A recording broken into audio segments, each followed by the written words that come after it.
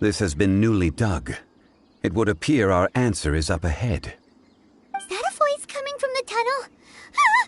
Someone else go first! Compose yourselves. I will lead us in. There is an unusual presence emanating from inside the tunnel. Prepare yourselves, and tread lightly.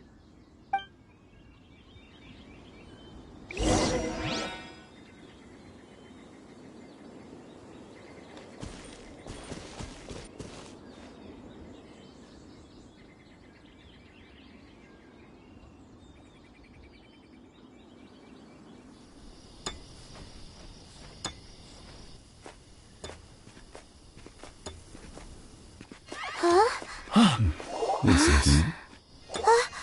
The missing miners are here! What are they digging for? I'm afraid that this whole tunnel is the fruit of their strenuous labor. That gate! Has it been there all along? Digging a tunnel to this ancient seal. Had they not been discovered, they would undoubtedly persevere to the gate.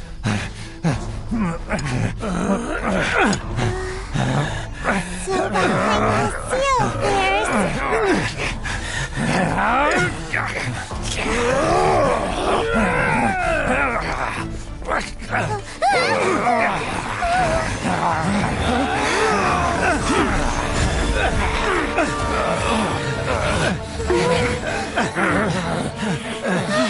What do we do? We can't hurt them!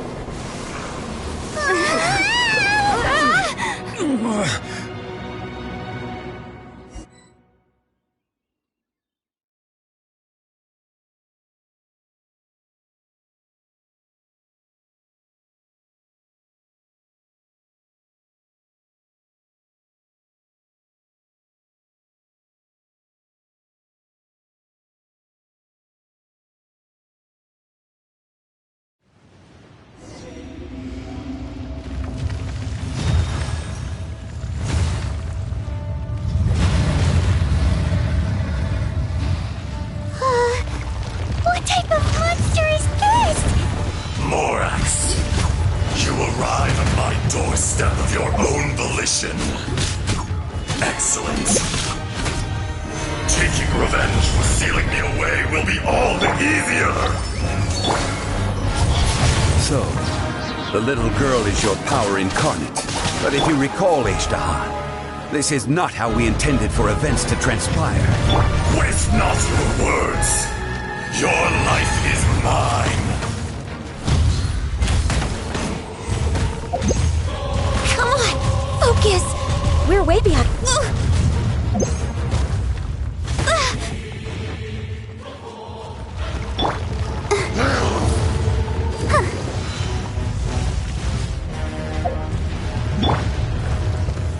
Crumble!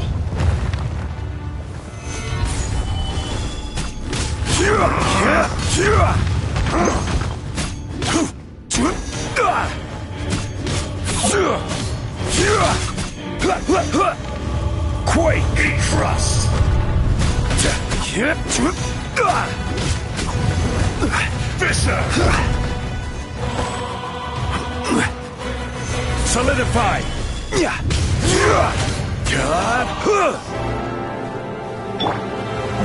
enraged Earth will not absolve you!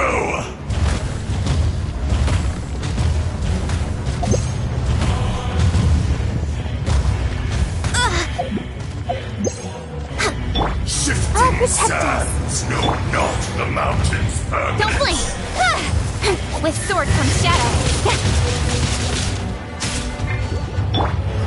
Absorption test. Crumble!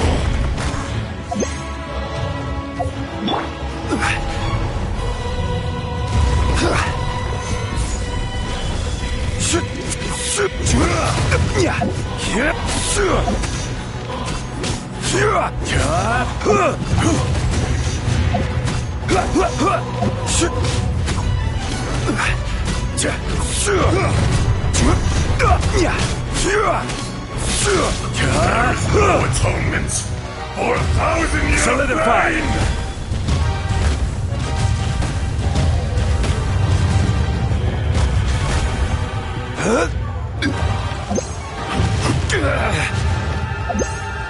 Crumble!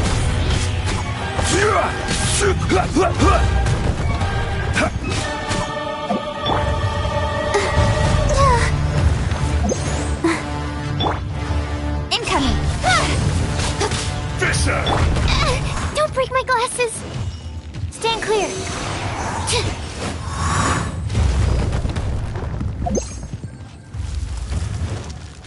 Face me! From rock to dust. Born of ice and frost, all hail! Or later. Quake! This is order! The enraged Earth will not absolve you!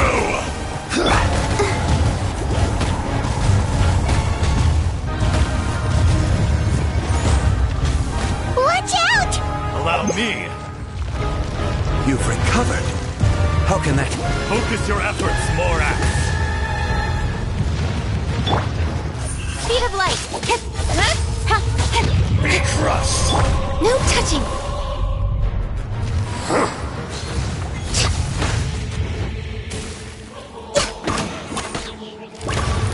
Next on the agenda... Don't blink! Hey! Cut to the chase!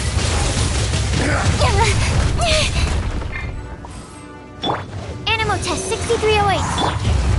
Let the show begin. This is long overdue. Access denied. There is no atonement for 1,000 years pain.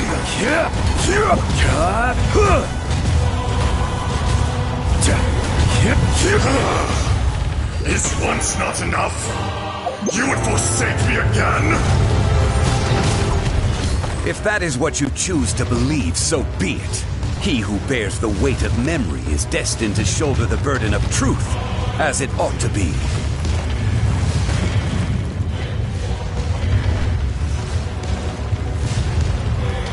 Solidify!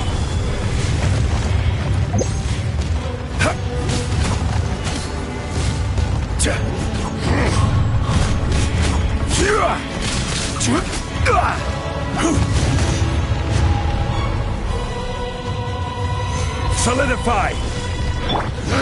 Enhanced Animo Module 75. Stand clear. Fisher! La la la la. I'll protect us. I will have order! Crumble! The enraged Earth will not absolve you! Rise!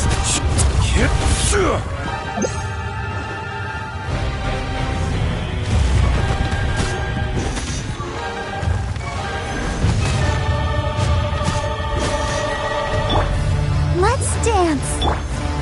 Be Absorption crushed! test. Hey!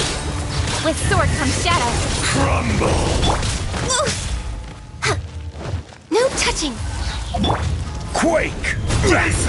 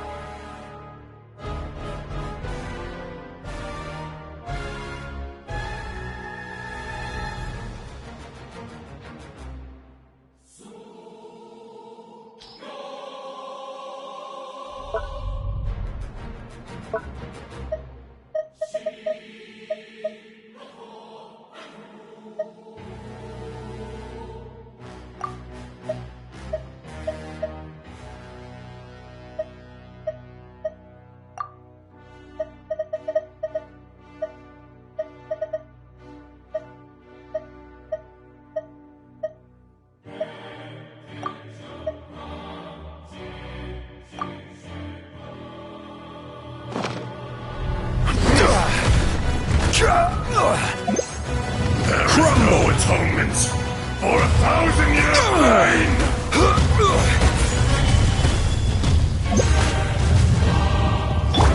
Blaze over! Born of ice and frost.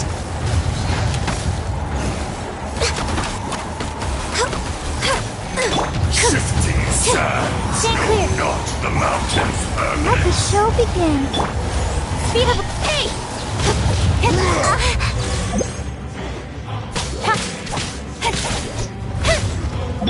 Quake!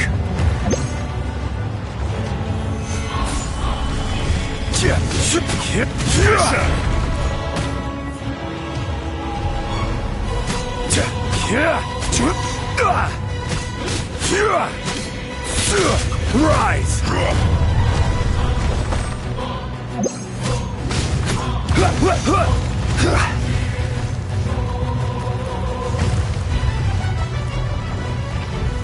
Stabilize! The enraged Earth will not absolve you!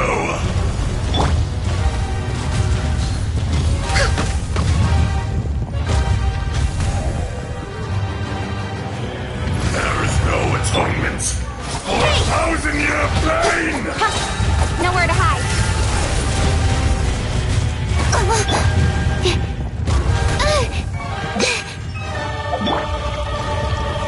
Gather!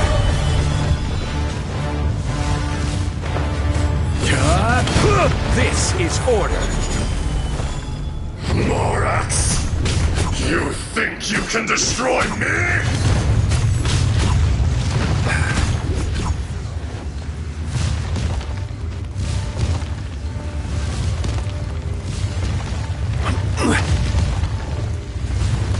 Stabilize!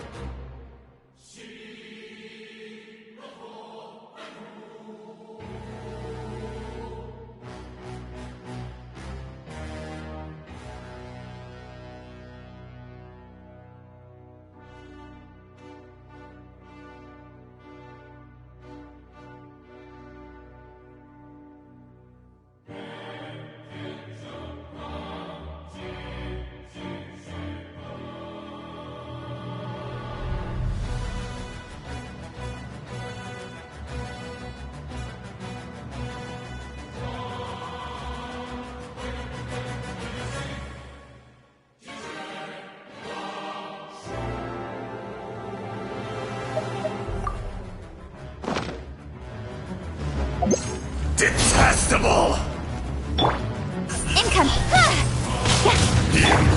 Earth Let's will dance. not absolve you!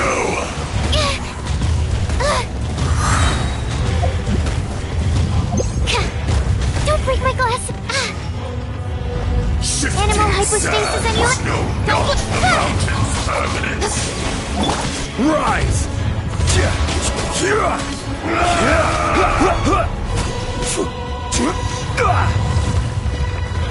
Gather! All hail. Face me!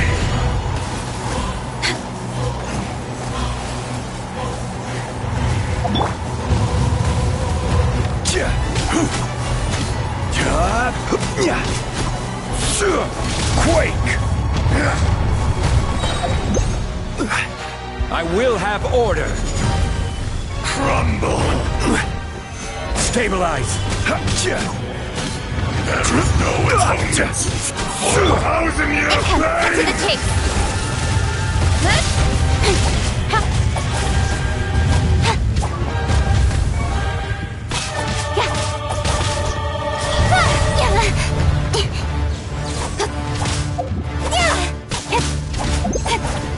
Be crushed!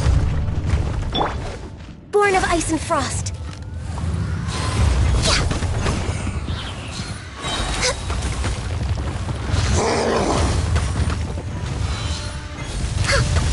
Next on the... Ready, steady, go! Rise!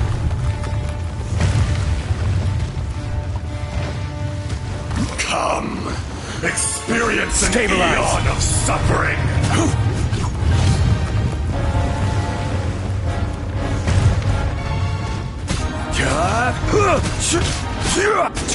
Enraged first! Crumble!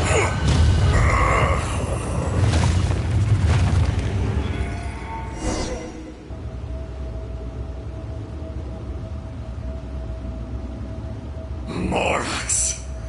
1,000 years after you sealed me underground, you return for the second time.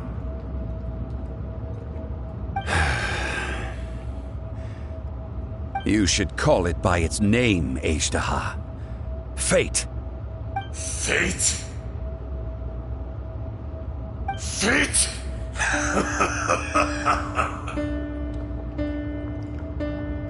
So here lies the wisdom of the gods. Destroy all deemed redundant. Enlist tyrants to ravage the wilderness. No. You have forgotten.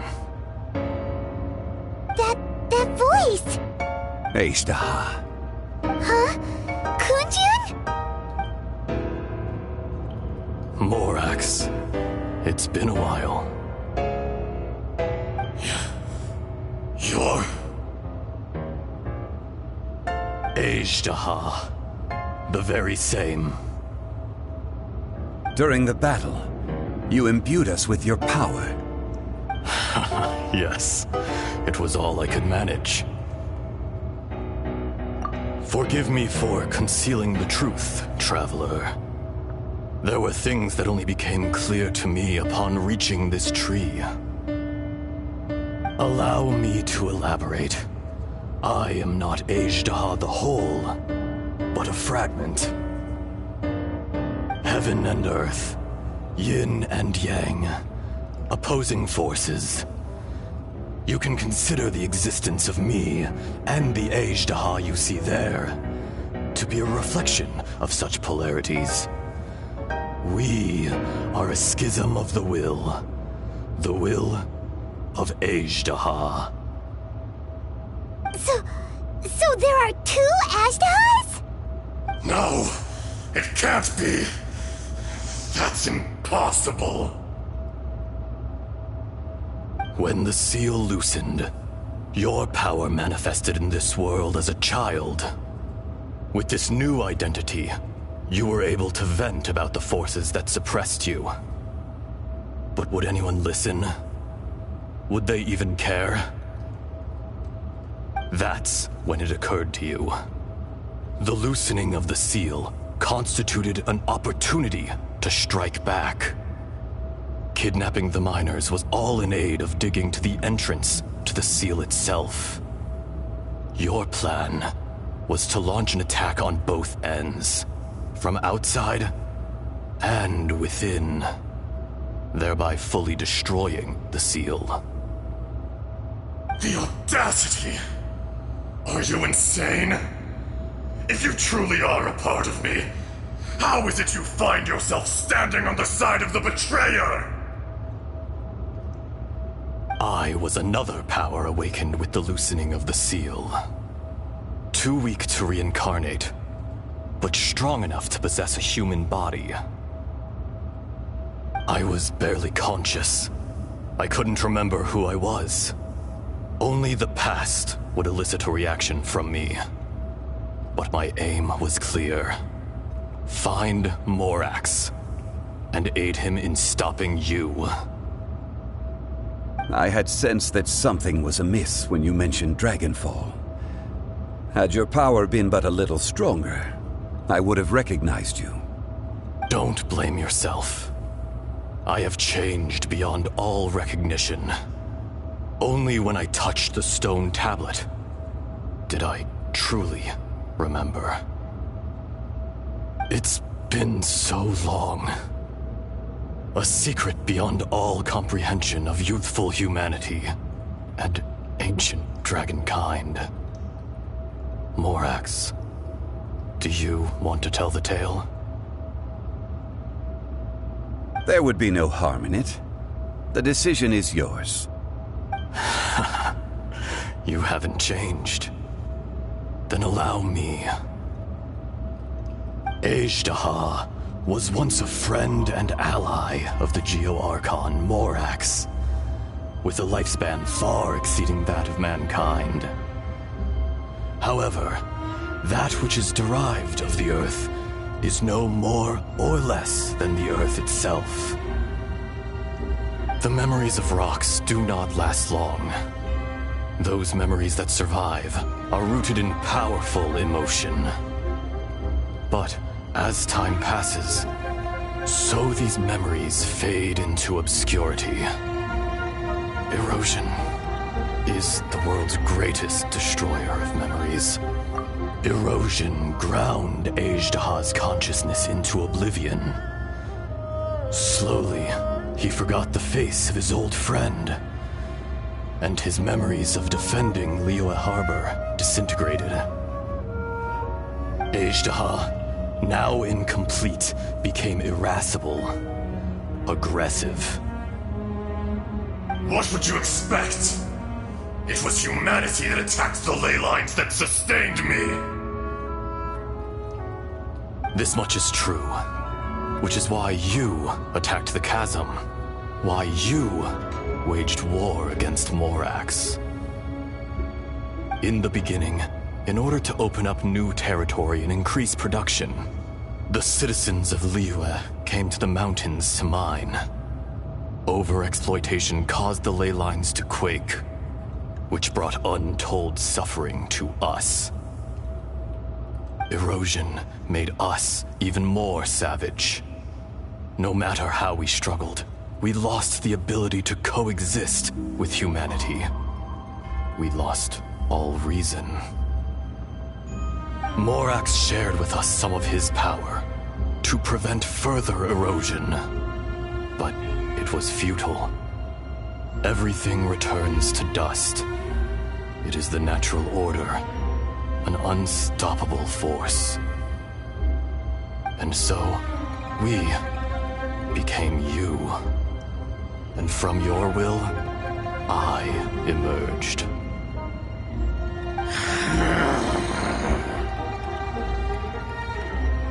I am your final contract. Witness the promise between Ajdaha and Morax. You can hate me, but you cannot deny me. No! No! I am the remnants of Ajdaha's benevolence, the echo of a contract set in stone. I harbor a willingness to go further, a willingness willingness to coexist peacefully with mankind. No, no! It is I, Ajdaha, forged of elemental crystal, bearer of the weight and memories of the earth, older than the mountains and the oceans that decides. I will not swear allegiance to this insect. Morax is not an insect. A lord over insects is nothing but an insect in turn. You forgot yourself. Nobody held Morax in higher regard than you or I. That which you have forgotten, I hold here in my heart. If you are the memory of the Earth, then I am the memory of coexistence. Of coexistence with humanity. All powers under heaven, rise and fall of land and sea. A star appears within the wild. A sun ascends as bright as jade.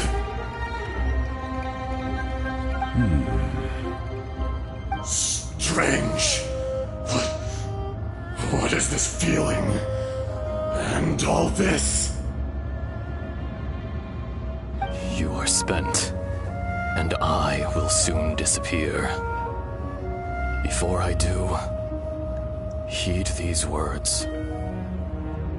In the wilderness, snow falls on a spring day. In an instant, it will melt. Even where it is fleeting and leaves no trace. Even where it will never fall again. No! That isn't true! I don't accept this as fate! Perhaps it isn't, but it remains an inevitable misfortune. More axe! The little girl vanished! Are you satisfied, Ajdaha? I had to make amends. Satisfaction had no part in it. So, Morax, you call yourself Zhongli these days? I do. Well, I'm afraid old habits die hard. To me, you're Morax. As you please. I never did forget your gift of sight. I hardly lifted a finger. Think nothing of it. And yet, you could see. You wouldn't know the yearning of a blind dragon, searching for the sun. A pair of eyes, from Morax to Ajdaha.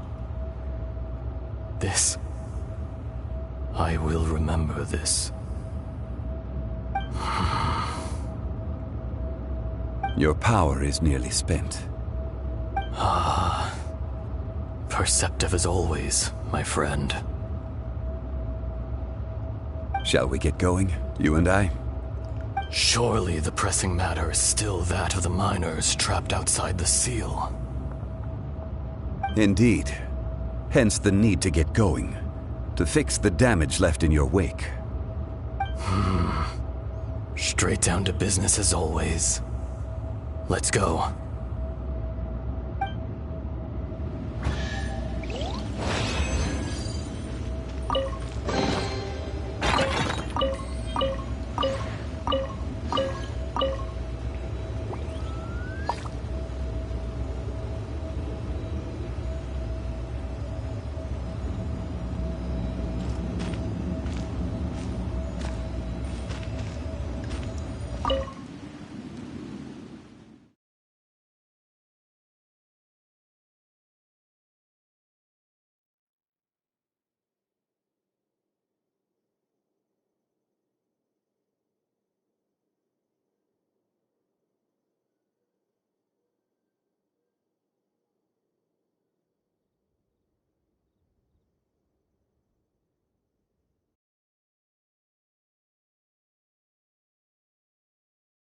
We need to go back and check on the miners!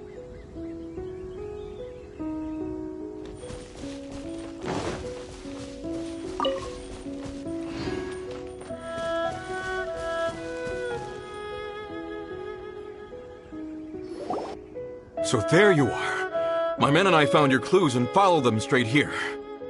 We found Mao in a tent at the campsite unconscious. It seems he'll be okay. Sadly, we found no trace of the other three. Huh? Young Kun, what is... Nothing. Pay it no mind. Those 3 miners are over there, in that cave. Cave? What happened? They're exhausted, but not in danger. Don't worry. Right. Well, thank you, all of you. I better go and see how they're doing. So you're taking them back to Liyue Harbor? That's right. Can I come with you? No problem. You rescued my men. I'll be happy to assist all of you in any way I can. I'll be back soon. I need to assess their condition. Kunjun, we should be calling you Ajdaha. You're coming back to Liyue Harbor too, right? Not I. Merely this body. Once I'm gone, the true owner will accompany the miners back to Liyue. Kunjun hails from a family of famous artisans. He too will be famous in time. It would be a shame for someone of his talent to go missing. You always did have a great admiration for blacksmiths. Curious how swords and daggers are blind, yet their creators see so much. Perhaps empathy is mankind's proudest achievement after all. Ajdaha, I am no longer the Geo-Archon. I can sense it. Today I am just an ordinary citizen of Liyue. Even you met such a fate. Let's get the difficult part out of the way. I cannot guarantee that I won't be awoken a second time. No matter. If that day comes to pass, Liyue must prepare itself to face you. And how will Liyue fare without Rex Lapis? Even without a god above, this remains a nation of men. I was once their god. I ought to be here to witness their rise and fall. All life is shaped and then ground away by the endless flow of time. You were always the strongest among us. Yet, it would seem that even you have been eroded. That's unimportant. Fate is ordained by heaven. Even if our mission had already concluded, it would be cowardly not to strike out on the road of departure. You may live forever, doomed to a lonely existence. Yet, even this is temporary. When you reach the end of time, those people, those past and future relationships predetermined by fate, they will be waiting for you. I do not pretend to match your rhetoric when it comes to the subject of a life long lived. I fear that the life of an elemental being is longer than any in this world. Were it not so, you would have killed me long ago, and would not be having to face me again now. You've brought a smile to my face. When all is said and done, a reunion between old friends is an auspicious occasion. That day in the chasm, did you hesitate? A heart of stone is a heart nonetheless. But I am the god of contracts, and was for a time a god of the people of Liyue. You chose justice, but did not forsake your kindness. You came to me not as an assassin, and so I was willingly sealed away. The movements of the Earth Dragon can tremble the earth and shake the heavens. With your abilities, even at my full strength, I struggled to confront you, let alone seal you away.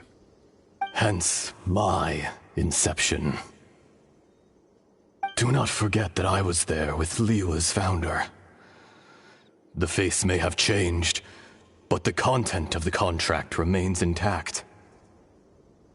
Old friend, God of contracts, I hereby honor our agreement. Thank you, Ashtaha. My life is at an end. I will join the eternal flow of time. And you, Morax, you will live for many a day to come. You're leaving? If it is fated, Morax, we will meet again.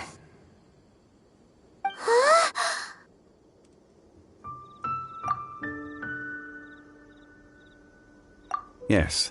Don't be alarmed. He's only asleep. Whoa. That was so weird. It was like he suddenly became another person. In fact, we have yet to meet the real Kunjun.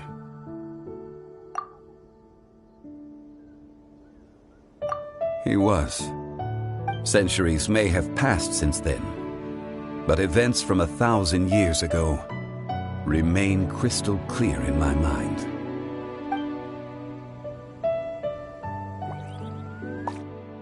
In our last tale, Rex Lapis was walking alone in the mountains. He heard a remote voice, unlike any other, coming from a crack in the earth. Most of the ancient geo-life forms that live below Liyue are blind, having not seen the sunlight for an age. The voice was sometimes sad and song-like. Other times it was loud and thunderous. The Lord of Geo searched here and there before finally unearthing a strange stone from the bedrock. That's how Ashtaha was. I answered his wish and took him above ground. The Lord of Geo took pity on the rock spirit and carved it into a magnificent work of craftsmanship, a vivid representation of a dragon. I bestowed him with a pair of eyes to see the world and came to an agreement with him. With his fingers, he made 2 eyes, quicker than words could tell. Lightning flashed and thunder roared, and a living, breathing dragon soared into the clouds. I agreed to let him live among the people above ground. But if the day ever came when he brought ruin to order, he would once again be sealed in the dark. The dragon accompanied the Lord of Geo, fighting campaigns alongside him in the 4 corners of the world. We have a saying to eulogize these events. The crash of a spear brought billowing dust. The mountains and waters made way at the sound.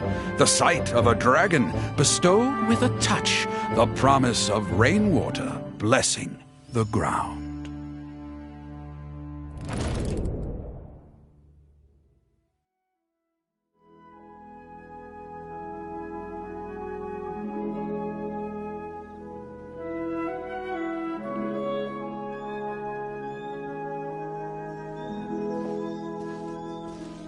A 1,000 years ago, Ashtaha attacked the chasm. I tried to obstruct him, fighting him tooth and nail down the length and breadth of the mine. Finally, I brought him down and sealed him underground. During that battle, Dragonfall was born. Ashtaha could sense the stone. Subconsciously, he wanted to use it to find me. Despite being the victor, I could not claim to be stronger than he, and in his heart, he still retained an ounce of goodwill towards me, towards Liyue, towards life above ground. He was willing to be sealed away, but as the erosion set in, he forgot. Even I cannot avoid it, but there is something I understand better than most. When the door opens, it is time to leave. The greater the power, the greater the danger erosion may bring about. The millennia may come and go, But even a stone may tire. Personally sealing away an old friend. This is just one form of erosion I have endured. People abandon and surrender the things they love to pursue the right path. Perhaps this is the erosion imposed on me by the natural order of this world. That I was a god of mankind. My identity may change, but my eyes will bear witness to the history of humanity. You still care a lot about Liyue. Call it part of my duty. I must thank you both. No worries. Oh? About what? Oh yeah, Paimon nearly forgot. So, not long ago, we met a guy called Dane. He told us about Conria and the punishment of the gods. That's when we realized that those events were connected to the person we're searching for. Zhongli, you're a god. You've lived through thousands of years of history. Surely you experienced the incident? I cannot say. Why? You can't even give us a thread of information? This is so important to us. I understand. But I must apologize. This is my contract. You mean another past grievance? Like the incident with Ejda? Too painful to talk about? It was signed before it all began. I have always honored the contract. And kept my silence. How can you be like that? You two are friends to me. I can assure it brings me no pleasure to disappoint you. But as the god of contracts, I cannot go back on my word. Would you be ready to find out? It appears your understanding of this world continues to grow. There are many events of ages past, many secrets that lie hidden. They have been eroded by time, forgotten by the people, abandoned. But you are capable of finding them and bringing them into the light. Those who come to witness will witness. Those who are born to remember will remember. If you take the same road as that person, there may be more difficulties ahead. But as long as you firmly believe that you are on the right path, everything has meaning.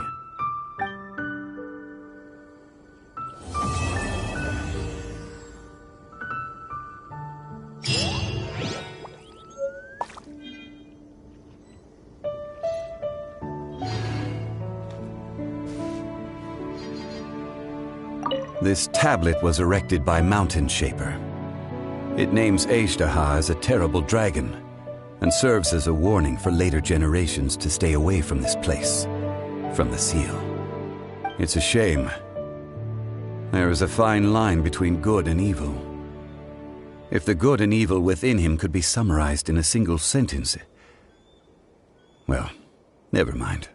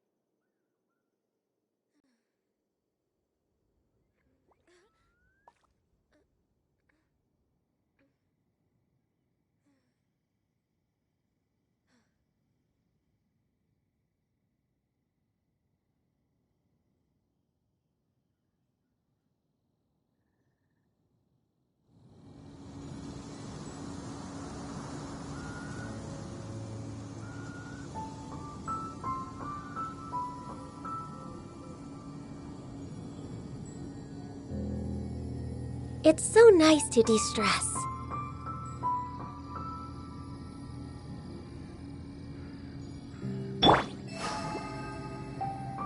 La la la la la.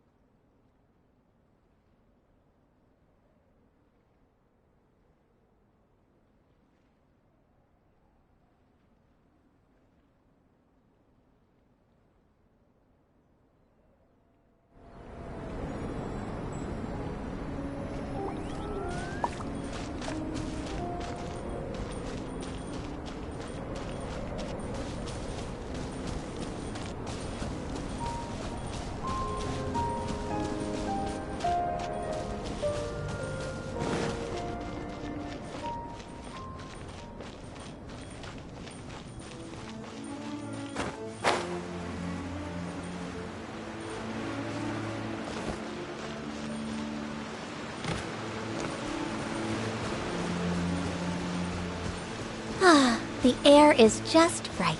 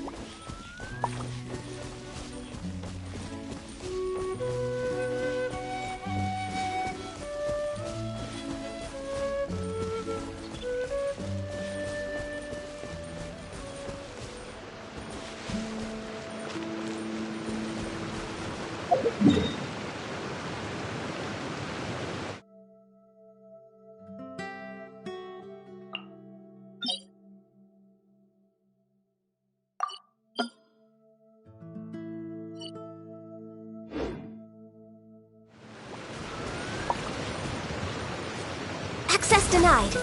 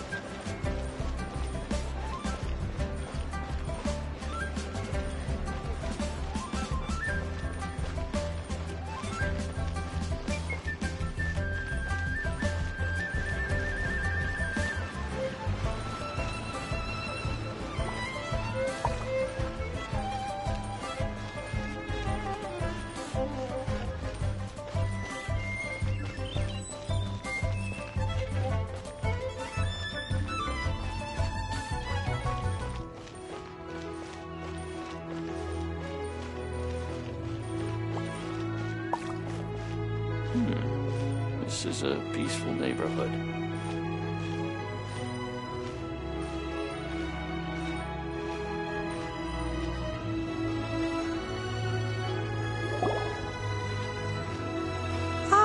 Children, come, come. You've arrived at just the right moment. I've been looking for you. Oh, what is it, Granny? Need any help? Oh, no. You've done so much for Liyue Harbor already. I could hardly ask for more. In fact, my old friends and I have been putting our heads together to think of what sort of gift we might give you in return. A gift? For Paimon?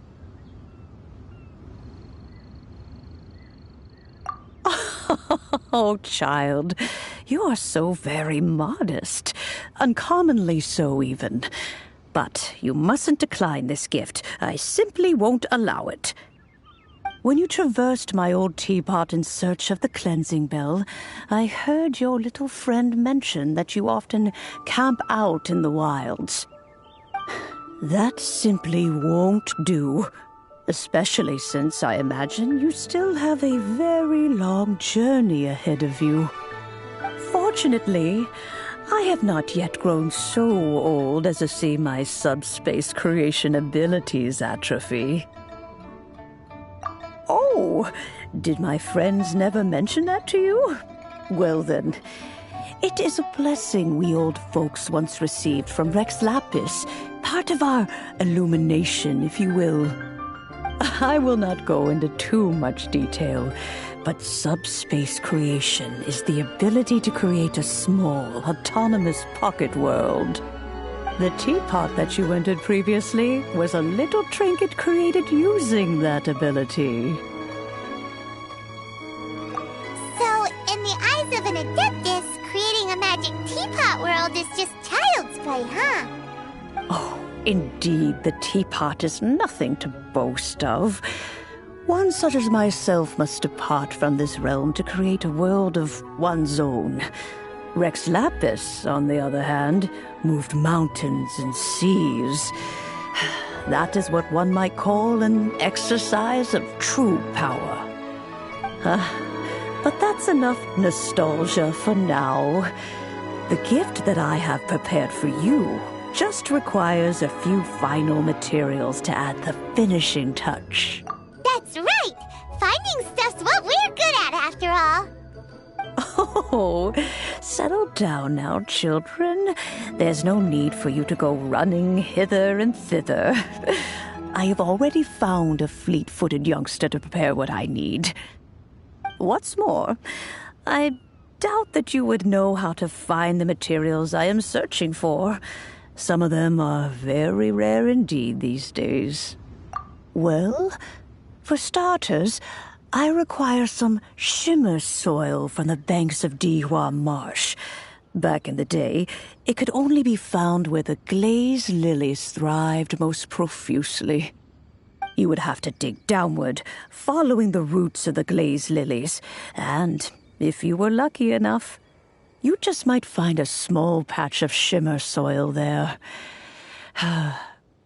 But almost no one has been able to find shimmer soil in this manner since Dihua Marsh came to be the way it is today. Even more difficult to find is smaragdus jadeite, which must be chiseled from the rock of the chasm. Or so it used to be. Ever since the Blackcliff Forge opened for business, they've slowly but surely stripped the mines all but completely bare of it. In any case, smaragdus jadeite is an adepti treasure, and the adeptal power within is not something that most humans can withstand. Extended contact with it is, in fact, harmful to humans. Goodness knows if that child will succeed in finding these items. Well, since you're an Adeptus, Granny, the person you asked for help, they must be an Adeptus too, right? Yes. I suppose she does count as an Adeptus. She counts? How come there are so many Adepti in Liyue Harbor? We seem to bump into them all the time. If feels like even when you go out to eat, you could be sitting next to an Adeptus and never even know it. Oh, maybe so. Who can say? A fair few of my old friends are rather fond of mundane mortal life, after all. I'm back, Granny. Oh, I don't believe we've met. Ah, allow me to do the honors. This child here is Yenfei. She's the one helping run some errands for me. Yenfei, I believe you've already heard of the Traveler and her traveling companion. Of course, who hasn't? Much has been written about you in the Millilith's records. You became one of Liyue's most wanted after the Millilith marked you as a suspect following the incident at the Rite of Dissension. After which, you fought off the Millilith at Julian Karst and made contact with the Fatui. Before finally defeating an ancient god together with Granny and her associates, and subsequently being cleared of any and all suspicion by the Qixing. What a shame. A shame that we didn't meet sooner. If we had, well, I can't say that I would have been able to clear you of suspicion immediately, but it certainly would have been less, embarrassing for you. Allow me to introduce myself once more. I'm Yenfei, a legal advisor. Got a legal problem? You can come right to me. Oh, yes, here's my business card. You'll find it has my contact details and office address. Keep it handy. If you have an urgent issue, just leave me a note at this address. Oh, and I almost forgot to mention, I offer a very generous discount for first-time customers. All right, Yenfei, all right. Let's get to the business at hand. I do not think these two are in any dire need of legal assistance at the moment. You'll have to excuse Yenfei. She's always been like this, ever the talkative one when it comes to her own affairs. The same question. You seem really different from the ones we've met before. An Adeptus? I guess. Kinda. My old man said he was one anyway. He mentioned that he once campaigned with Rex Lapis for a long old time, and then after that was all over, he went back and married my mom. They had me, and once I was all grown up, the two of them upped and left on a journey, leaving me with Granny here. Well, that's a bit casual for an Adeptus. Aren't you guys supposed to sign solemn contracts to protect Liyue Harbor and all that stuff? What do you mean he just went back to get married? Well, my dad did say that he'd talked it through with Rex Lapis and that he was fine with it. Even contributed towards the wedding gift, apparently. Anyway, let's not dwell on that too much. So, Granny, I've gotten a hold of most of the stuff you asked for, except for Smaragdus Jadeite. I couldn't find any at all. The chasm's been sealed off, and there's just no way in. Couldn't secure any documentation either. Looks like the Ministry of Civil Affairs is serious about keeping it strictly locked down. Is that so? But Smaragdus Jadeite is really rather essential. Yenfei, are you sure you can't find some other way? They have helped Liyue greatly, after all. It is only right that they are duly rewarded. I know, Granny, you've told me 1,000 times already. Well, the chasm's definitely a no-go, but there's still a chance we can figure out some alternative means of procurement. Hold on a moment. Let me have a look. Whoa, that's a really thick book. What kind of things do you write in there? Commercial consultancy. Or Snezhnaya. Ah, found him. Krusel. A Snezhnayan merchant who once came to me with some legal queries on certain articles in the legal codices. If my memory serves, all of them had to do with rare ores. He mentioned that he was considering acquiring some Smaragdus Jadeite to make hairpins, and wanted to know if there were any legal ramifications that he should be aware of. Said he was planning to sell them in Snezhnaya. So, I guess I'll go look for him. With any luck, he'll have gotten his hands on some Smaragdus Jadeite, or might have an idea of where we can find some. Oh, you want to join me? I suppose that's no problem, but it's best if you just stand by and watch. If you try to get involved, you'll only risk placing yourself in legal jeopardy. Wow, an Adeptus imploring us to avoid incurring legal liability. Well, that's a first for sure. Best we be a little more careful than usual while we're with her.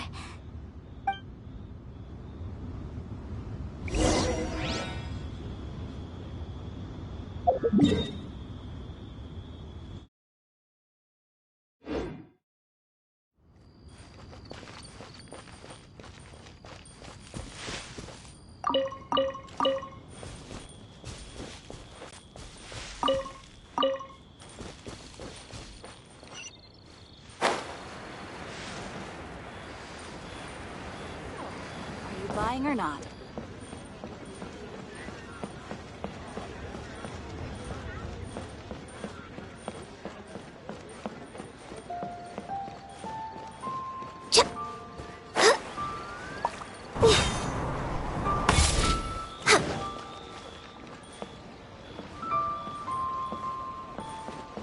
You can't beat the atmosphere here and the... My friend. Hello, Mr. Crossell. How's business been? Oh, good, very good. All thanks to your advice, Miss Yanfei. What brings you here today? You're too kind. I was simply doing my job. Now, I believe that the last time we met, you mentioned that you were looking to source some smaragdus jadeite to make hairpins. Have there been any further developments on this front? Well, yes. As a matter of fact, in the end, I did acquire a small piece of smaragdus jadeite and had it fashioned into a pair of hairpins. Miss Yanfei, might I presume that you have an interest in the hairpins? I must apologize. I've already rented them out to a lady named Zhi Qiao. If you'd like to inspect them, you may have to wait quite some time. Wait, isn't smaragdus jadeite really rare? Aren't you worried about the hairpins getting damaged or lost while they're being rented out? No, I'm not worried in the slightest, because I signed a contract with Miss Zhi Qiao before renting them to her. The contract makes it quite clear that if she loses or damages the item in question, she must compensate me for its full original value. In return, I included a clause that guarantees the smaragdus jadeite is genuine, with a penalty of 10 times the item's value payable by me to Miss Zhi Qiao in the event that it is shown to be a fake. Guaranteed genuine, with 10 times the value payable if this claim is shown to be false. Yes, these terms are very clear indeed. Of course. This way, both the client and I have the assurance we need. To ensure fairness, each of us has retained an original copy of the contract. In that case, might you know where Miss Zhi Qiao lives? We'd like to pay her a visit and have a look at the hairpins. Oh, of course. She wrote her address down when we signed our contract. Here, I'll mark it on your map for you. Thanks a lot, Mr. Crossell. We'll be off now.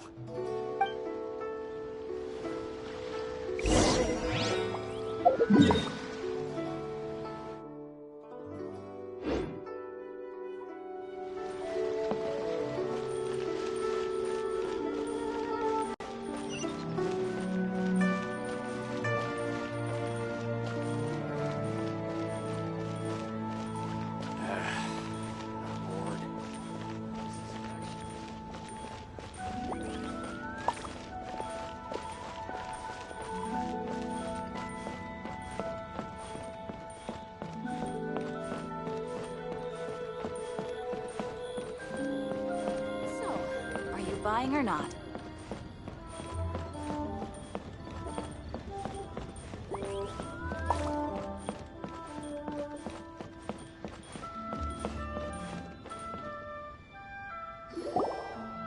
Oh, whatever shall I do? Yes, that's me. Is there something I can help you with? How do you do, Miss Zhi Qiao? We understand from Mr. Crossell that you recently rented a pair of hairpins from him. My associates and I are very interested in them. Would you mind letting us take a look at them? The hairpins? I can't lend them to you right now. I've lost them. I don't know how it could have happened. I always kept them right by my side, and I hadn't even worn them yet. I spent so much money on them. If I have to pay their original value, there's no way I could come up with that amount of money on such short notice. My family is in the ore business too, but business has been suffering ever since the chasm was sealed off.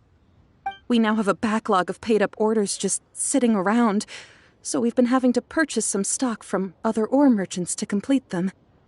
A big banquet is coming up in a few days, and several ore merchants I know of will be there. I need this opportunity to mingle and discuss prices. That's what the hairpins were for, to keep up appearances. I can't have them looking down on me. But now that I've lost the hairpins, what will I do? Why does Paimon have a sudden strong sense of déjà vu? Would you really? I sent a commission to the Adventurers Guild, but I haven't heard anything back from them yet. Hold on. Don't run off looking for the hairpins just yet. Miss Zhou Chao, would you let me have a look at the rental contract you signed? Huh? Well, I mean, sure, I have it right here. Here you are. Let me see. That's right! Yanfei said she's a legal advisor, didn't she? Maybe she can help Zhou somehow. True. Though surely there must be a win-win solution. Right. I finished reading the contract. The terms are very clear, and they do indeed stipulate that you must pay Mr. Crossell the original value of the hairpins as compensation for the loss.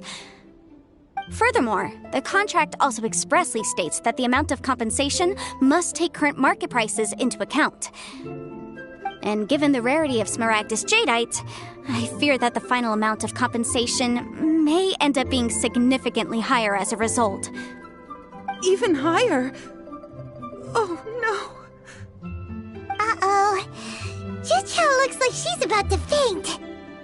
However, all of this is assuming that it is indeed genuine Smaragdus Jadeite that was inlaid into the hairpins.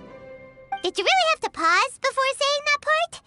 Anyway, the hairpins are lost, so how exactly would we be able to find out if the Jadeite is genuine or not? Whichever way you look at it, we've got to start by finding those hairpins.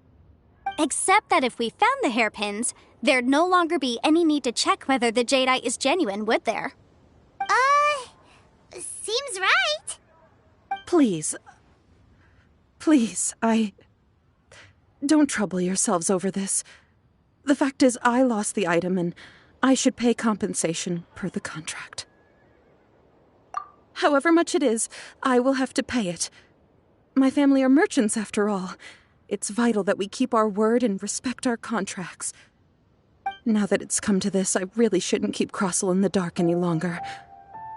I'll go and inform him of the issue, and then negotiate the amount of compensation. Yes, legally speaking, it seems this is the most sensible course of action. But before that, I have some questions about the hairpins. So hold on a moment, Miss Chao. When you first touched the hairpins, what did you feel? What did I feel? Well, I remember that the gemstones set into the pins were perfectly smooth to the touch, like the finest quality jade. My family has seen much jade pass through its hands in the past, so I am quite certain of my judgment in this matter. Smooth to the touch, finest quality jade. No, it's nothing. I just need to re-examine a few things. Let's head over to Mr. Crossell's.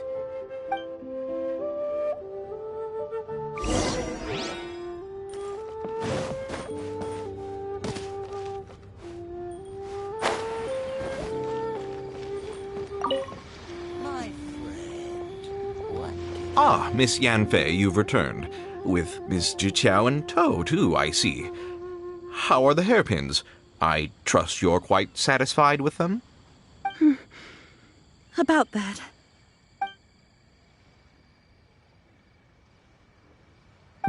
You lost them? Are you serious? Do you have any idea how expensive they were? I'm sorry. Truly I am. I'll pay the compensation as per our contract. Every last mora. Mora? Do you have any idea what I had to go through to get my hands on that Smaragdus Jadeite? I just don't... Forget it. Talking won't bring them back.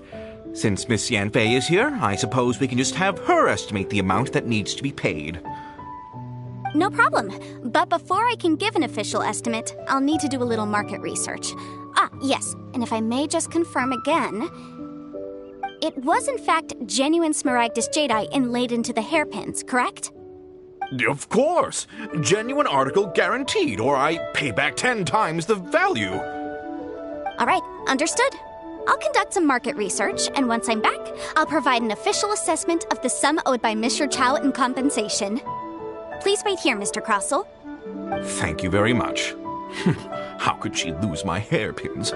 She'd better pay every last mora that they're worth. Looks like I'll have to find some way to raise that money. Please wait, Mr. Chow. I have something to discuss with you.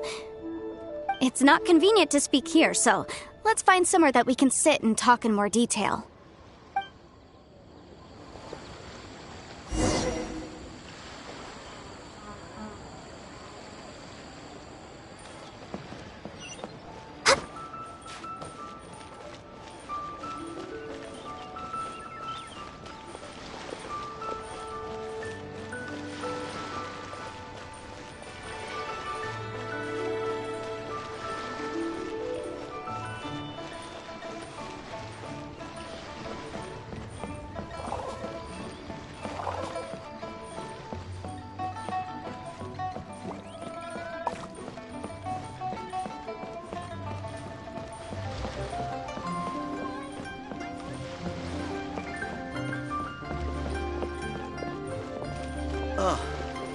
What should I try this time?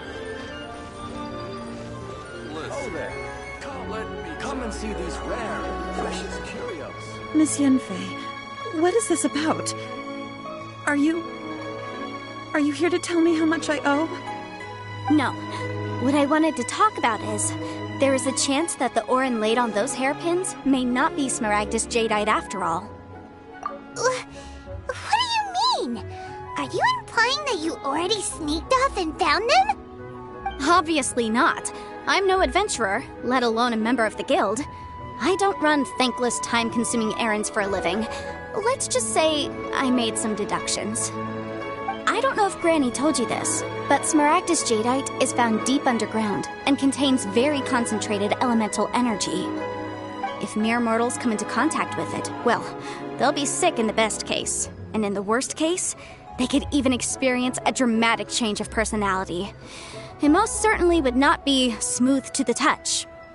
Mr. Chow, did you at any time feel unwell while the hairpins were in your possession? No, not at all.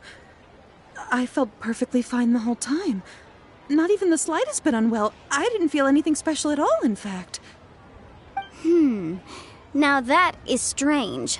I noticed earlier that there were elemental traces in Mr. Crossell's vicinity. If I've deduced correctly, he may still have the smaragdus jadeite in his possession. If that's the case, we should go confront him right now and expose his dirty scam right to his face! Absolutely not.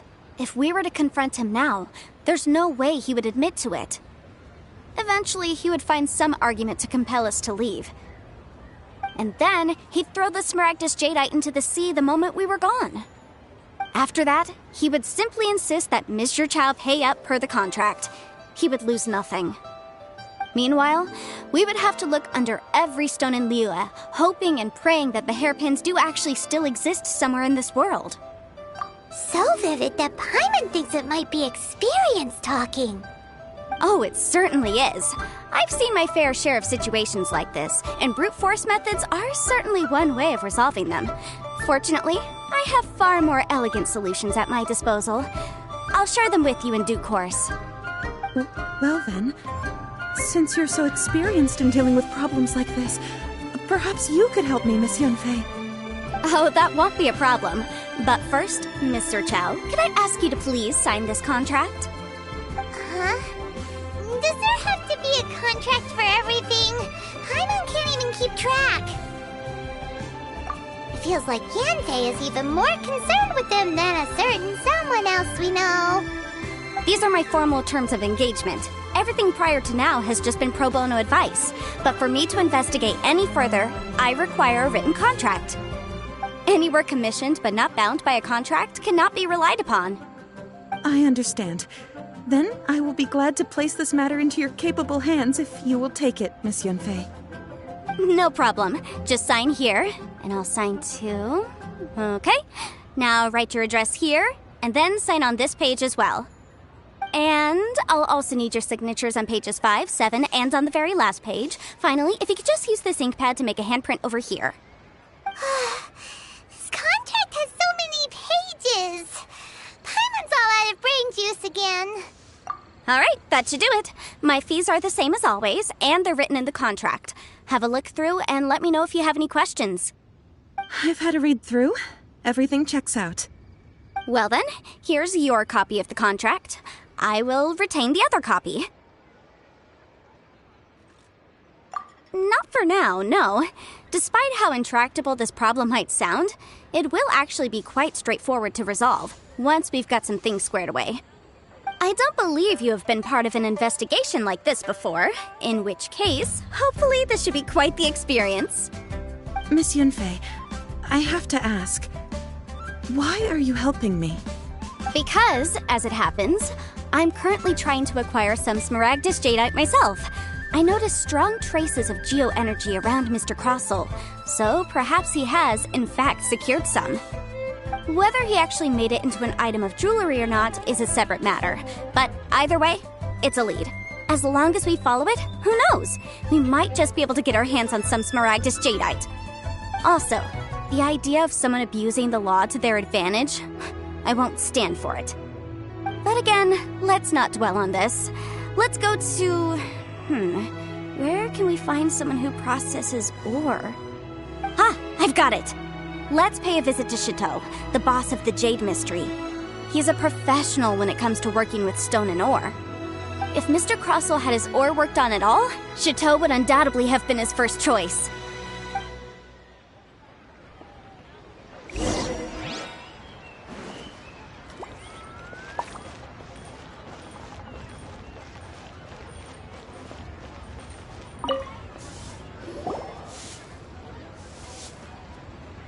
Why, hello there, honored customers. Welcome to... Oh, it's you, Miss Yanfei.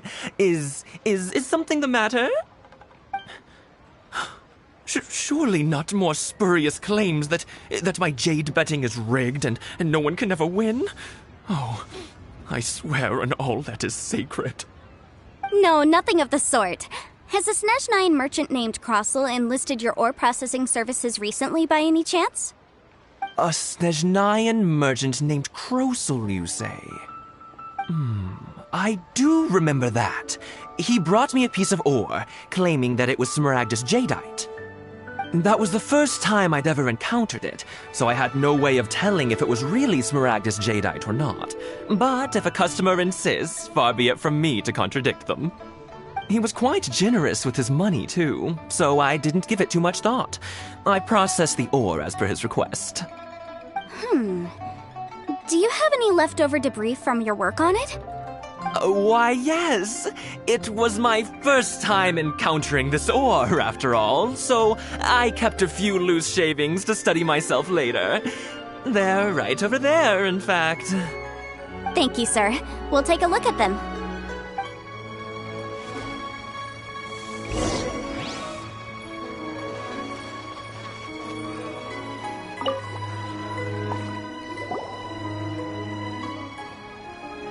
Try your luck betting on Jade? Huh?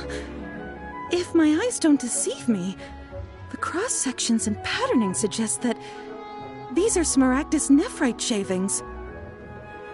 Yes, it's not particularly rare, nor is it especially valuable.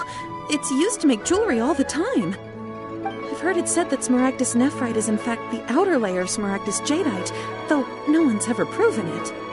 A thin layer of separation, huh? If you must see for yourself, try examining these shavings for traces of elemental energy. Smaragdus nephrite is an entirely ordinary ore, containing no elemental energy whatsoever. Is that so? Well, we might as well give elemental sight a shot. So, did you find anything? So they really are different.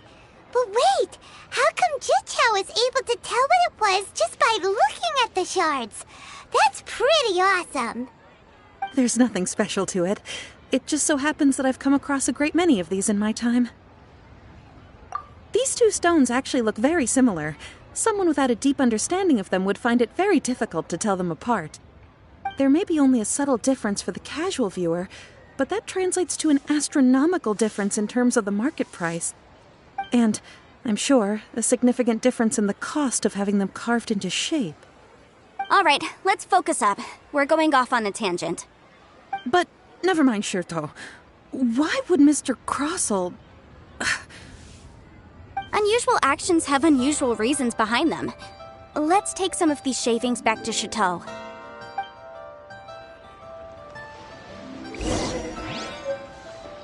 Try your luck betting on Jade?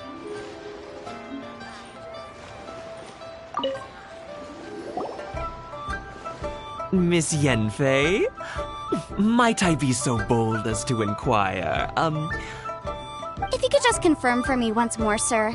Mr. Crossell did indeed claim that the ore he brought to your store was in fact Smaragdus Jadeite, did he not? Yes, that's right. I still have a record of the job with me, in fact. Here. It says quite clearly, 1 chunk Smaragdus Jadeite, uncut. Then I have no further questions. But could I borrow the processing record and these stone shavings? Of course. But might I ask why you need them? Oh, I have my reasons. Yes. Please sign here on this affidavit. This document shall serve as signed proof that these stone shavings originated from the, ore that Mr. Crossell brought to your store. Please read it carefully. Yes, I see. Forgive me for asking again, Miss Yenfei, but might I know the nature of the incident on this occasion? I wouldn't say there's been an incident, just a minor issue. Thank you, sir. I'll take these with me. With this hard evidence to back us up, Crossell won't dare try to deny what he did. On the contrary, this is far from sufficient to build a case. We need to find something a little more compelling. If you want to make jewelry, you need a professional jewelsmith. Let me think. Jewelry.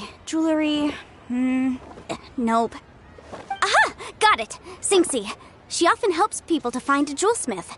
Let's go pay her a visit. Well, that was quick. How come you know so many people? Because lots of people come to me for legal advice every day. As you know, Liyue Harbor is the city of contracts. And contracts, well, I should say laws, are very important to us. But the amendments made by the Tianquan to our laws are unnecessarily complicated. How can I put this? It just seems like they're hard to understand and impossible to finish. As such, legal advisors like myself provide quite the popular service indeed. So you help them make sense of the law. But didn't you say that it's hard to understand and impossible to finish? Yes, well, that's no obstacle because I've memorized all the legal codices. You memorized them? You sound surprised. Knowing the law inside out is a legal advisor's bread and butter, you know? Oh, this has nothing to do with being an adeptus. I just like reading things. Again, with that casual tone. Well, that's that then. Let's go look for Singxi.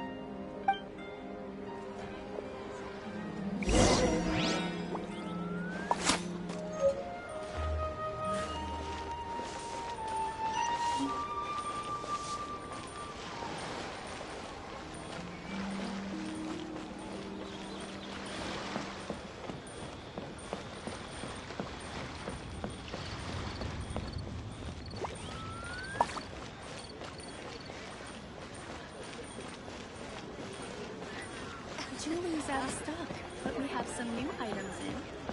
Feel free to take a look around.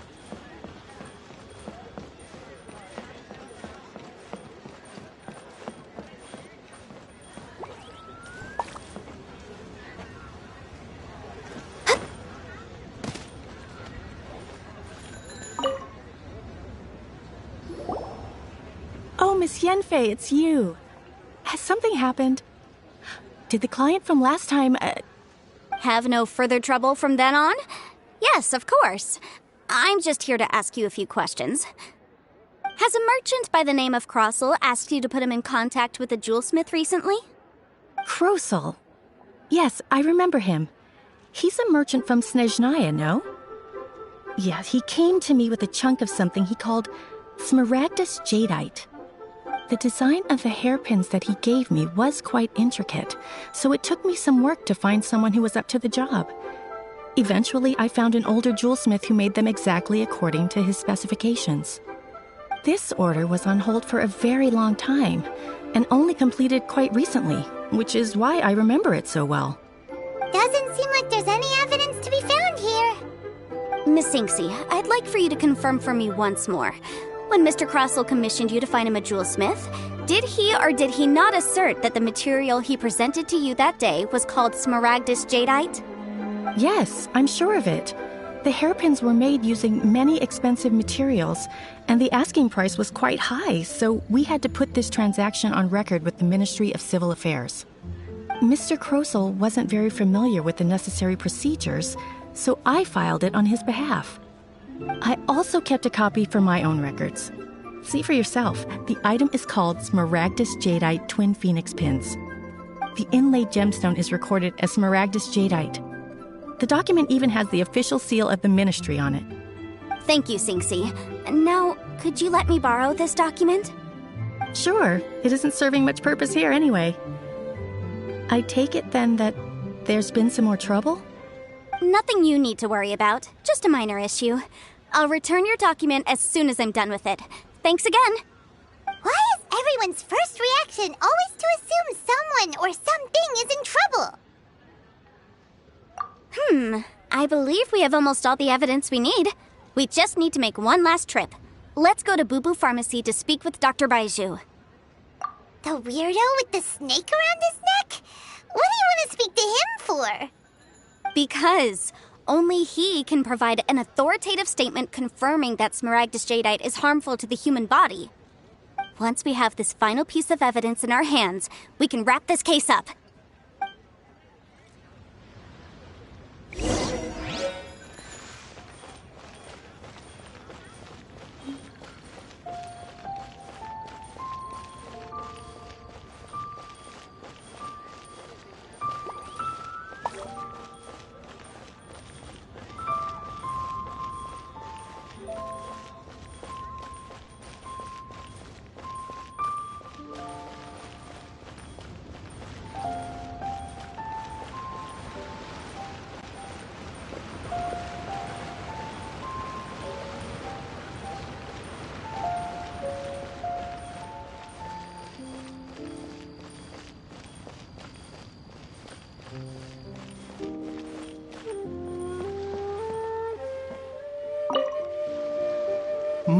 My, to what do I owe the pleasure? Though I'm afraid that if you're looking for our little Chi-Chi, she's out gathering herbs. And if it isn't Miss Yenfei as well, now that's an even rarer honor. What business brings you here, might I inquire? Some charlatans peddling ineffectual medicines again, no doubt? No. I'm here this time to ask if you're familiar with Smaragdus Jadeite. Smaragdus Jadeite? Why, yes, there is some information about it included in the 6th commentary on the 7 Mountain Treatises.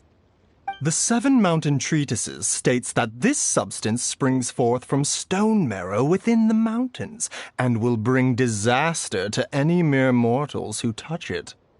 It is abundant in elemental energy, so if someone without a vision is in contact with it for a prolonged period, best case scenario, they fall ill. Worst case scenario, they'll suffer great changes in personality, and their illness will only ever get worse. Anyway, I'm sure you didn't come all this way just to chit-chat. Knowing you, Yenfei, and given the specific nature of your question, I suppose that you're about to ask me to write an official affidavit attesting to the pharmaceutical peculiarities of Smaragdus Jadeite? That is indeed the case. If you would be so kind, Dr. Baiju. No trouble at all. It's just a single document. Won't take me a moment. I would mention, though, that you are not the only one who's developed a curiosity for Smaragdus Jadeite recently. A Snezhnayan merchant came to ask me about it not long ago. But after I gave him my reply, his expression shifted to one of remarkable disappointment. I wonder your pressing business might be related to the Snezhnayan merchant? Ah, you needn't concern yourself about that, Dr. Baiju. Thank you for penning us that document. I'll make sure to compensate you in due course. You're too kind. Take care now. That Baiju guy is as weird as ever.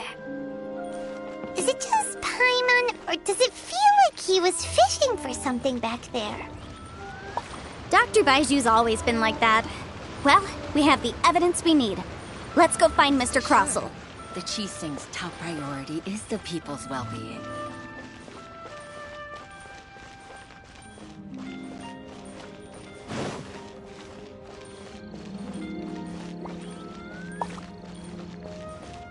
Pavilion, best Lee food in town.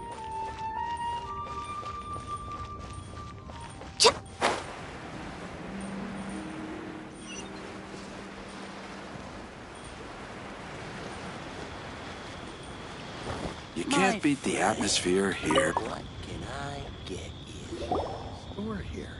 Miss Yanfei, have you finished your investigation? I trust you will now be in a position to assess the compensation due. Yes, my investigation is indeed concluded. I can now provide a final figure for the amount payable. Wonderful. Well then, please, could you do the honors, Miss Yanfei? Of course. According to the stipulations of the contract, Mr. Crossell, you must pay Mr. Chow 10 times the original transaction price in Mora. Sure. Wait, what? Me pay her? Surely there's been some kind of mistake, Miss Yanfei. Not at all. According to my investigations and the material evidence that we've gathered, the substance claimed to be Smaragdus Jadeite that was inlaid within the Smaragdus Jadeite twin phoenix pins that you rented out to Mr. Chow was, in fact, Smaragdus Nephrite. Now, the contract states very clearly that 10 times the price shall be paid should the article not be genuine. Accordingly, you are liable for this sum, which is payable to Mr. Chow in Mora. Material evidence? What material evidence? Why, Miss Yanfei, you cannot frame me like this. I spent a huge sum to obtain that Smaragdus Jadeite, and yet you claim that the ore inlaid on the hairpins is somehow fake? I demand to see your evidence. Indeed. Only a testimony from an expert witness involved in the processing of the ore can serve as an authoritative assessment of whether it is genuine. Traveler, please produce the evidence in question. This is a processing record from the Jade Mystery, along with stone samples and an affidavit signed by the business owner, Chateau. Seriously? Even the boss there couldn't differentiate between Smaragdus Jadeite and Smaragdus Nephrite. How does this prove anything? In any case, Smaragdus Nephrite is the outer layer of Smaragdus Jadeite. So I had him cut away the Nephrite, he returned the valuable Jadeite core to me, and some Nephrite samples remain in the store. What am I missing exactly? That's an unsubstantiated belief. Well, your claim that my ore is fake is just as unsubstantiated. And we are here to talk about evidence, aren't we? Ugh. Looks like our first piece of evidence didn't convince him at all. Seems like he came prepared. What should we do next? Hard evidence, something legally binding. We have just the thing. This document proves that my hairpins are the real deal, doesn't it? This is the Ministry's seal, after all. It shows that the ore inlaid on the pins is indeed Smaragdus Jadeite. Our second piece of evidence didn't work either. And this guy's getting more belligerent by the second. You know, you could be right. Perhaps the hairpins are the real deal after all. Of course I'm right. All the evidence shown supports my story. Well, hang on a moment now, because I do recall one final piece of evidence that we haven't revealed yet. Traveler, would you do the honors? This shall serve as decisive proof of our case. What's this? Smaragdus Jadeite springs forth from stone marrow within the mountains and will bring disaster to any mere mortals who touch it. Sustained contact with Smaragdus Jadeite over a prolonged period will, in less serious cases, cause a mild malady, while in serious cases, the patient may suffer a dramatic change of personality and fall seriously ill. Mr. Crossell, were you aware of these peculiar properties of Smaragdus Jadeite? I had no idea. No idea, you say? I'd guessed as much. But for you to have rented out such a dangerous item... I'm afraid that this falls outside the scope of my work, but within that of the Ministry of Civil Affairs. However, I'm sure that the Ministry will be relatively lenient considering that, as you say, you were ignorant of the danger you posed. Don't worry, Mr. Crossell. I will make sure that all the evidence presented here will be handed over to the Ministry. I trust that you'll give them your full cooperation in their investigations. What? Wait! I knew. Oh, so you knew? Oh, dear Mr. Crossell. But if you knew of Smaragdus Jadeite's dangerous properties beforehand, why would you... Huh? No, The hairpins aren't actually inlaid with genuine Smaragdus Jadeite? Is that what you were about to say? You do understand, Mr. Crossell, that this means that you will have to pay Ms. Zerchow 10 times the original price in Mora? Mr. Crossell, your answer, please. My client and I are waiting. Yump, he's seriously intimidating right now. It's like she's a different person. I admit it. I confess. The ore I had inlaid on those hairpins was Smaragdus Nephrite. But I'm a victim in all of this, too. I invested a great deal of time and money into acquiring that small amount of Smaragdus Jadeite, in the hopes of turning it into a piece of jewelry that would fetch a fine price. But after receiving it and carrying it around for a few days, I started to feel extreme discomfort. I couldn't sleep a wink or eat a single bite. I was in a constant state of agitation, too. I went to Boo Boo Pharmacy to get myself checked out, only to discover that this sort of stone cannot be worn as jewelry. But how could I let all that money go to waste? That's why I had another pair of hairpins made from Smaragdus Nephrite, which is almost indistinguishable from Smaragdus Jadeite. I kept the real Smaragdus Jadeite in a specially made box. I daren't touch it again. I was worried that someone would see through it, which is why I only dared to rent them out, not sell them. And then to top it all off, Zhiqiao lost the hairpins after I rented them out to her. Exactly! If they weren't the real deal, why'd you make her pay so much? I didn't want to either, but when I purchased that Smaragdus Jadeite, some of my business partners found out. I knew they'd be watching closely to see how much I could make off it. If word got out that I sold a pair of fake hairpins, then my days in this line of business would be over. All right, let's cut the appeals phase right there. I failed to see what bearing any of this has on your transaction with my client. According to the contract, you must pay Ms. Zerchow 10 times the original price in Mora, and that is final. 10 times? Crossell looks like he could faint any second. As for me, according to my contract with Ms. Zerchow, 20% of that sum will go to me. 20%? That's as much as I spent on that Smaragdus Jadeite! There's no need. It's fine. You don't have to pay me that much, Mora. Even if the Smaragdus Jadeite on those hairpins was fake, I still bear responsibility for losing them. Legally or not, I think I owe some compensation for that. Ms. Zhiqiao, you... However, Mr. Crossell, since you have no use for that chunk of Smaragdus Jadeite, why don't you give it to me instead? I'll consider us even. What?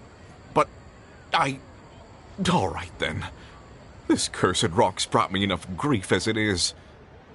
Miss Yunfei, I'll turn this Smaragdus Jadeite over to you. I trust that it will suffice as remuneration? Well, that's not quite how the rules say this should go. But whatever. It'll do. Thanks so much for your help this time, Miss Yunfei. When you have the time, I'll be sure to visit and express my thanks more appropriately. Oh, come on. No need to stand on ceremony. Now, if I may confirm this again, Miss Zerchow, have you and Mr. Crossell come to an understanding? Well, yes, I believe we have. Well then, that's good. Mr. Crossell, it seems that my client has no further claims against you. Is that so? That's good. That's good. Actually, Mr. Crossell, I'd like to talk business for a second if I may. I could see from the hairpins you produce that you're very skilled in jewelry design. My family, on the other hand, works in the ore business, and we have a fair stock of fine ores. If we could join forces, your jewelry designs and our choice ores, I think we could do some fine business between us. Let me think for a moment.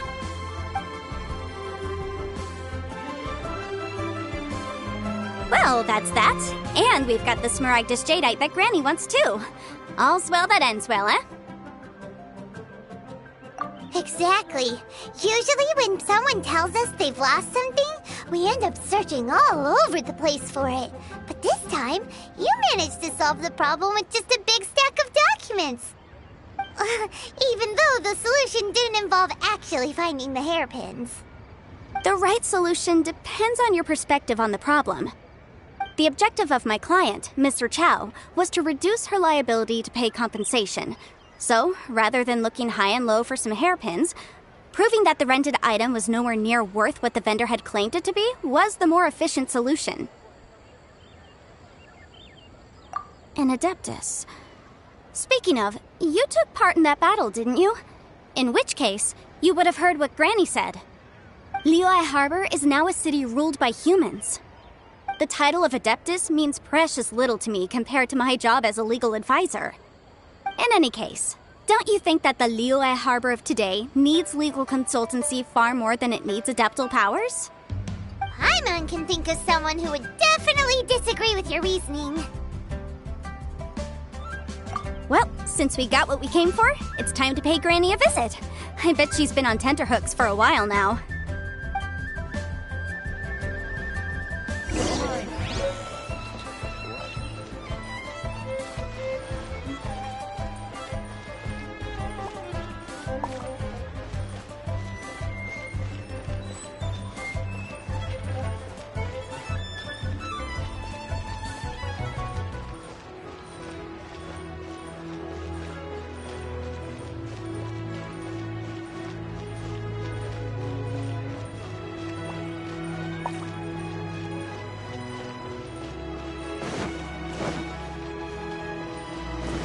Next on the agenda...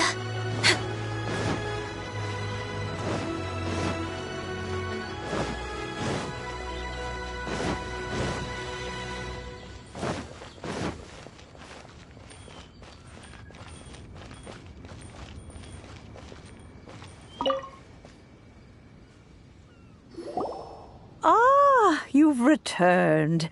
How did it go? Were you able to find the Smaragdus Jadeite? Good, good. Then we have all the materials we need. Well, if we're all set, Granny, I'll get going now. Got a ton of clients waiting for me back at the office. Oh, you. All right, then. Go see to your business. Granny should be able to handle the rest. I'm off then. Bye! Oh, yes, Traveler. Make sure you don't lose the business card I gave you. I've been looking into the laws of other nations as well. If you should ever bump into any trouble with the law, come find me directly. Regulars get discounts, too. Come now, child. Are you leaving or are you not? If you have no wish to leave, perhaps you'd like to help me clean my teapot, hmm? I'm leaving! I'm leaving! That child. Goodness knows where she learned to be so rambunctious. Her father was hardly so riotous or fond of talking nonsense back in the day when he stood beside Rex Lapis. Ah, indeed she is. Liyue has changed, and the Adepti must also learn to change. Yanfei might be overly garrulous, but she is also the most intimately acquainted with the city among us all. Ah, Liyue is not the same place I once knew. All right, then. Let us speak of this no more. Back on topic. I believe that I still owe you a little gift. Oh, Paimon's so excited! How is it made? It is but a single teapot. It shan't take long at all. Just wait here for a moment.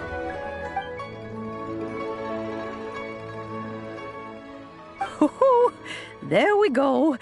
This Serenity pot is all yours now. Hold it firmly.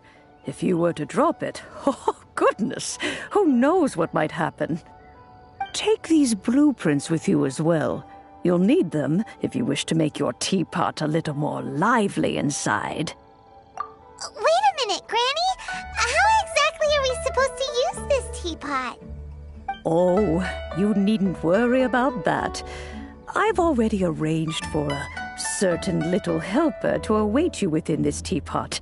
She will explain everything you need to know about it.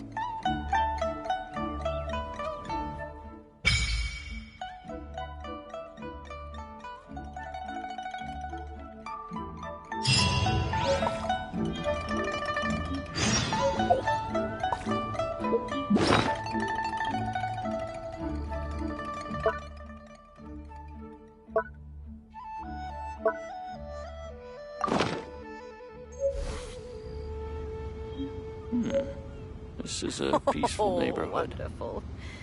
Another flower is blooming.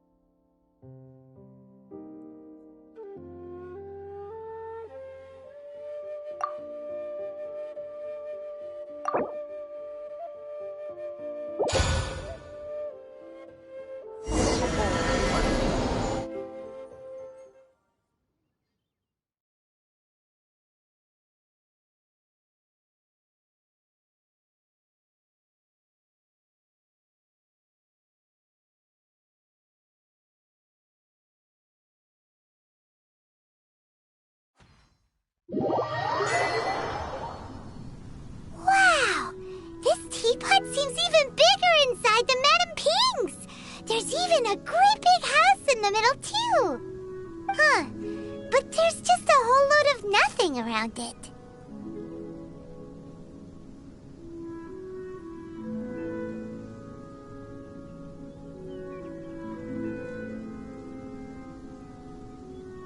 Paimon can't do that! Well, you're the one with the sword anyway. You do it. Still, why is it so empty here apart from that house? Oh, wait a second. What is that?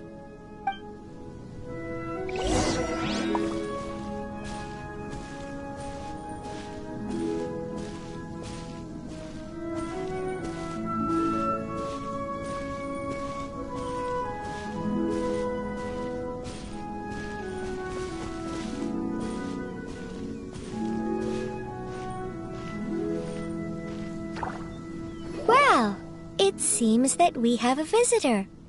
It's a huge finch! Excuse me, I am not a finch. I am a teapot spirit, and you may call me... hang on a moment. What am I supposed to be called again? Oh, call me. I suppose you may call me Tubby. So you're the little helper Madame Ping mentioned? Madam Ping? Oh, you must mean Ping. Yes, she did summon me here. She told me much about you. You may leave all matters regarding the upkeep of this realm to me. Your journey may be far from over, but at least this for a comfortable place to sleep each night. Though it is the Adepti who create realms such as this, they generally do not have the time of day to attend to the banal matter of their maintenance. Thus, we teapot spirits were created to help guard their realms and manage their affairs. You may consider me a butler, if you will. Now, allow me to explain this realm to you. Have you any blueprints on you? Specifically, blueprints with beautiful rooms, chairs, and the like. As long as you have a blueprint, you can refashion this realm however you please. Blueprints? Oh, that's right! Granny handed us some when she gave us the teapot, didn't she? Let's take them out and have a look.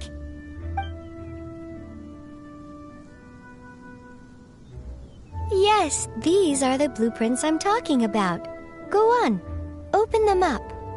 Just commit the image of the objects to memory and prepare the necessary materials. Then simply release the thought from your mind and the object in the blueprint shall appear within this teapot. Wow! Is that all it takes? Then we could build a whole city inside, couldn't we? I doubt it. A golden-eyed Adeptus explained this to me at some point in the past. He said that even though subspace creation is a product of adeptal power, even that has its limits. This world is not a true one, after all. It provides merely a moment of brief respite from the mortal realm, not a means of escaping it entirely. A golden-eyed Adeptus? Paimon wonders who could that be? I hardly remember myself. What's more, I have never seen that Adeptus again since. Well, let's not dwell on that. Have a look around. Best you get accustomed to this realm. If there's anything you would like to ask, just look for me.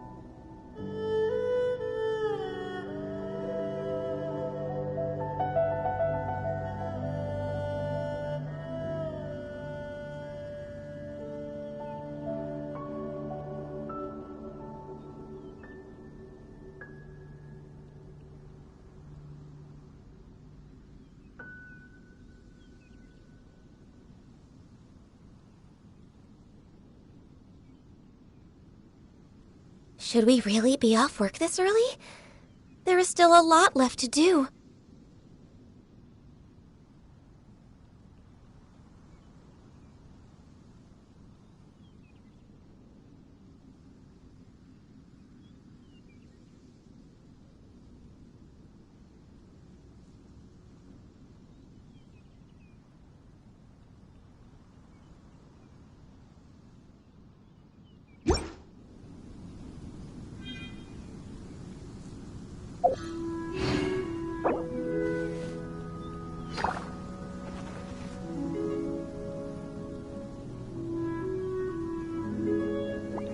It's so nice to de-stress.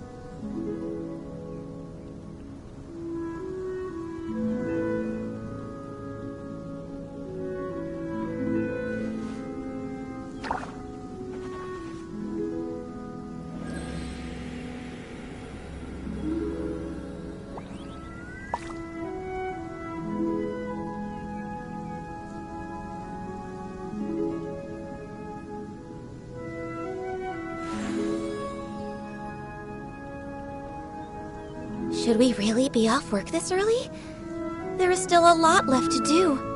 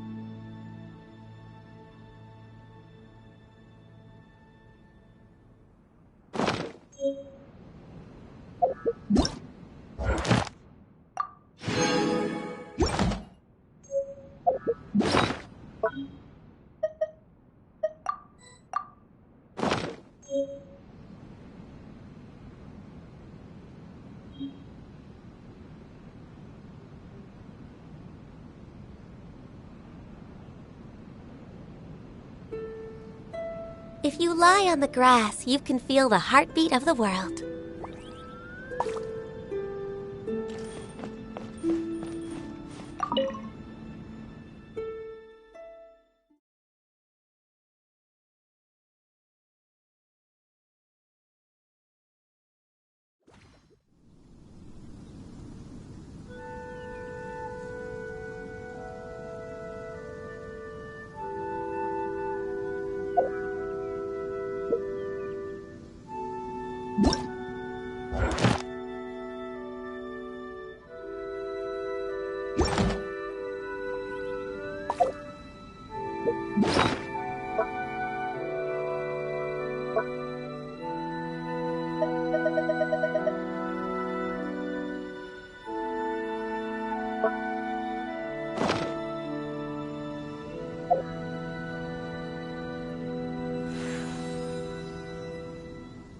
It's so nice to de-stress.